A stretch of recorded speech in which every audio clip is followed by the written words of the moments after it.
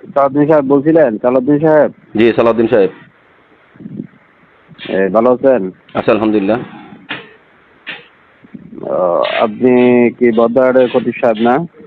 জি জি বেদরাক।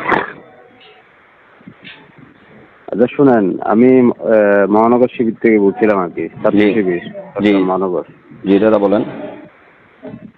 আপনি বদ্দার, আপনি আপনার সমস্ত যা কিছু আছে আর কি আমাদের কাছে রেকর্ড আছে।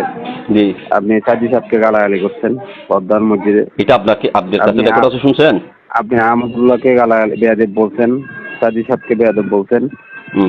এরপর আপনার কোনো ধরনের যোগ্যতা নাই বদ্দার মসজিদে নামাজ পড়ানোর।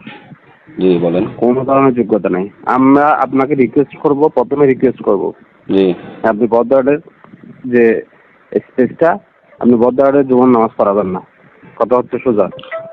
আর না কোনো একটা অঘটন ঘটলে ওটা ফলাফল খেতে আছে আপনার উপরে। আমি আপনাকে বলি, ওটা বলতেছি আমি আপনাকে, ওটা বড় কথা না। আমি নামাজ পড়াবো না সেটা বড় কথা না। আমার একটা কথা আপনি শুনবেন।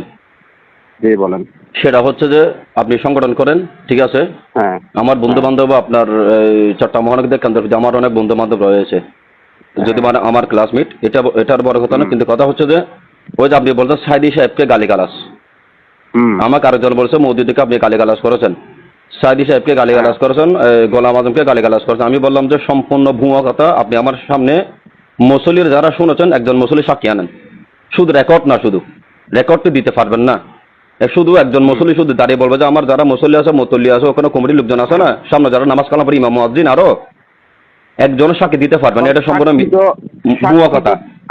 এটা কিন্তু ভুয়া কথা। শুনেন, সাক্ষী অনেকে দিবে। আমি বলি সাক্ষী চান, আমি আপনার সামনে 10 জন সাক্ষী দিবে না। 10 জন সাক্ষী দেবে, কারণ নিয়মিত কোনো মুসল্লি সাক্ষী নাই, কেননা ওরা নিয়মিত নামাজের পরে এরকম 10 জন সাক্ষীও আপনার সামনে দিবে।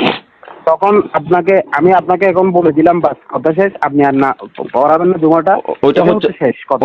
ওটা হচ্ছে আপনার শুনেন, আর আপনি যদি সাক্ষী নিয়ে করতে চান তাহলে তো তখন বিষয়টা আরো লম্বা হয়ে যায়। আমি সাক্ষী আপনাকে 50 জন উপস্থাপন করাতে হবে যারা বদ্দার মধ্যে নামাজ পড়ে, এরকম 50 জন সাক্ষী। এটা বলবে যে কি আপনি গুরুতর জামাত বিদ্বেষীতে ছড়াইছেন। না, এটা সত্যি কথা না। এটা আমি 50 জন দাঁড় করাবো ওখানে সাক্ষী। ওটা হচ্ছে 50 জন দাঁড় করালে যদি সাক্ষী 50 জন বলে হ্যাঁ কি বলছে, 50 জন যদি বলে, তখন তো বিষয়টা আপনার জন্য সম্মানের হয় না।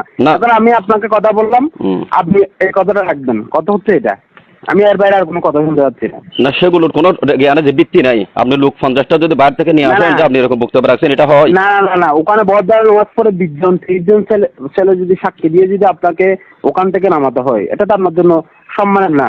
ওখানে মুসল্লি আরো আছে না, হন না কেন আপনি একজন আলেম। ওখানে মুসল্লি আরো আছে না, রক্ষা করতে চাই। ওখানে মুসল্লি আরো আছে না। মুসল্লি সাক্ষী দিবে। আপনি বললেন যে মুসল্লি সাক্ষী দিবে, মুসল্লি যে সাক্ষী দিবে, এটা তো ভুল ভাই। এটা সম্পূর্ণ একটা এটার নাম ইসলাম নয় ভাই, এটা নাম ইসলাম নয়। হুমকি দিয়ে ধমকি দিয়ে ইসলাম না। ইসলাম আমরা আমাদেরকে শিখে বুঝছেন। আমরা 16 বছর আওয়ামী লীগের নির্যাতন করে আমরা পা হারাইছি, এটা ঠিক আছে, এটা ঠিক আছে, গুলি খাইছি, এটা ঠিক আছে, ইসলাম শিখেন না বুঝছেন। এটা ঠিক আছে। আমাদের থেকে আমাদের শিখতে হবে না। আপনারা যারা পেট পূজা করেন, আমরা পেট পূজা করি না, শিখতে হবে না। আমরা পেট পূজা করি না। আপনারা যারা পেট পূজা করেন, কোরআন শরীফ বিক্রি করে গান, আপনাদের থেকে ইসলাম শিখতে হবে না। আমাদের কর্মীরা মাঠে রক্ত দিয়েছি, গান দিয়েছি, ইসলাম আমাদের থেকে শিখবেন আপনারা। আমাদের কর্মীরা, আমাদের ছাত্ররা ভাই, এরা জেলে গেছে। আমাদের বন্ধু বান্ধব কারা ছাত্র বাইরে জেলে গেছে? এই যে আমাদের 7 জন অলরেডি বাসখালী থেকে আনোয়ারা চট্টগ্রাম জামিয়া ছাত্র 7 জন জেলে গেছে। এগুলো আমরা কখন জেলে গেছে এগুলো আমরা জানি, কখন জেলে গেছে এগুলো আমরা জানি। সারা জীবন জালেমের উৎকৃষ্ট গাইছেন, আর একটু লাস্টে আন্দোলনে গিয়ে অ্যারেস্ট হয়েছেন। এগুলো আমাদেরকে শিখে জুলুম যখন করবে, জুলুমের বিরুদ্ধে তখন সবাই দাঁড়িয়ে যাবে। না। আপনারা হচ্ছে জালেমের সহযোগী। সুতরাং জালেমের সহযোগী হিসেবে আমি আপনাকে স্পষ্টভাবে বলতে চাই যে